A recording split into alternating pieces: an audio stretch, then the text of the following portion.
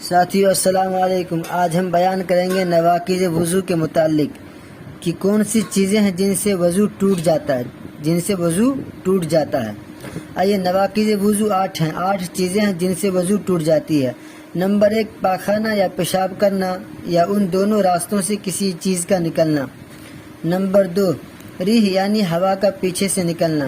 Number 3 بدن کے کسی حصہ سے خون یا پیپ کا نکل کر بہہ جانا۔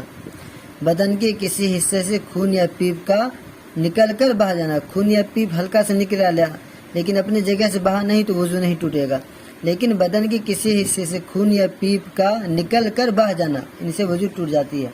نمبر 4 منہ بھر کے قے کرنا۔ نمبر 5 لیٹ کر یا سہارا لگا کر سو جانا، ان سے بھی وضو ٹوٹ جاتی ہے۔ نمبر 6 بیماری یا کسی اور وجہ سے بے ہوش ہو جانا۔ نمبر 7 مجنون یا دیوانہ ہو جانا۔ نمبر 8 رکوع اور سجدہ والی نماز میں قہقہہ مار کر ہنسنا۔